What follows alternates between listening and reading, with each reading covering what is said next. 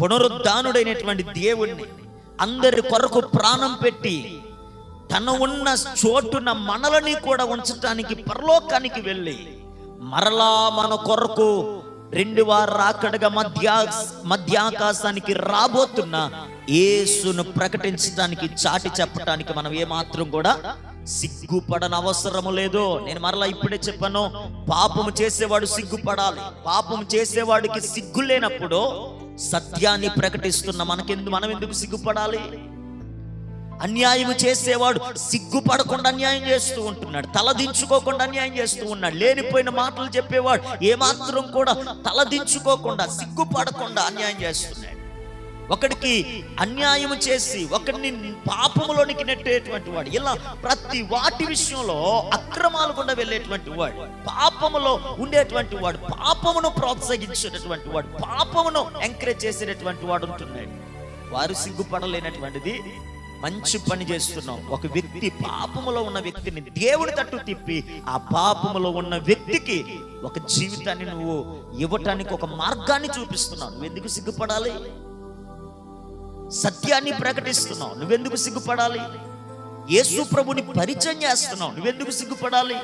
ఒక త్రాగుబోతుగా బ్రతుకుతున్నటువంటి వ్యక్తి, ఒక అక్రమంగా బ్రతుకుతున్నటువంటి వ్యక్తి, ఒక చెడిపోయినటువంటి జీవితంలో బ్రతుకుతున్న వ్యక్తి, డ్రగ్స్కు, గంజాయికి, ఇలా భయంకరమైనటువంటి చెడు వ్యసనాలకు బానిసలైపోయినటువంటి వ్యక్తులను నువ్వు పట్టుకొని వారికి దేవుని కోసం చెప్పి వారి క్షేమాన్ని కోరి వారి కొరకు నువ్వు ప్రార్థన చేస్తూ వారిని దేవునికి సొంతం చేసి ఆ త్రాగు నుంచి, గంజాయి నుంచి, డ్రగ్స్ నుండి, భయంకరమైనటువంటి చెడు వ్యసనాల నుంచి ఒక వ్యక్తి విడిపించబడటానికి నువ్వు ఒక కారకుడిగా మారుతున్నావు. ఒక మంచి వ్యక్తిగా, ఒక పనికొచ్చే ఒక ప్రధానమైనటువంటి వ్యక్తిగా నువ్వు మారుతున్నావు, ఒక మార్గదర్శిగా మారుతున్నావు. నువ్వెందుకు సిగ్గుపడాలి? పాపం చేస్తే నువ్వు సిగ్గుపడాలి, దొంగతనం చేస్తే నువ్వు సిగ్గుపడాలి, హత్య చేస్తే నువ్వు భయపడాలి, ఒకటి దగ్గరికి వెళ్ళి నువ్వు మోసం చేస్తే నువ్వు భయపడాలి, సిగ్గుపడాలి. కానీ ఒక వ్యక్తి నీ ద్వారా పాపం నుంచి విడిపించబడి పరలోకానికి చేరటానికి నువ్వు కష్టపడుతున్నప్పుడు నువ్వెందుకు సిగ్గుపడాలి అనేటువంటి విషయాన్ని నేను మీ అందరికీ తెలియజేస్తూ ఉంటున్నాను. ఎందుకన్నా తెలుసా? సత్య మార్గమందు నిలిచి ఉన్న వారమై మనం అనేక మంది ప్రజలకు సత్యమును గూర్చిన వార్తను ప్రజల్లోనికి తీసుకొని వెళ్ళాలి. పరలోకమును గూర్చిన వార్తను ప్రజల్లోనికి తీసుకొని వెళ్ళాలి. యేసు యొక్క పునరుద్ధానమును గూర్చి, మరణమును గూర్చి, జనమును గూర్చి, ఆయన రెండవ రాకడను గూర్చి ప్రజల్లోనికి తీసుకొని వెళ్ళినప్పుడు ఇదిగో పరలోకము నుండి యేసయ్య మధ్యాకాశానికి రాబోతున్న సమయం దగ్గర పడుతూ ఉంటుంది. ఆయన రెండవ రాకడ వస్తున్నటువంటి సమయం దగ్గర పడుతూ ఉంటుంది. కనుక మనం ఏం చేయాలో తెలుసా?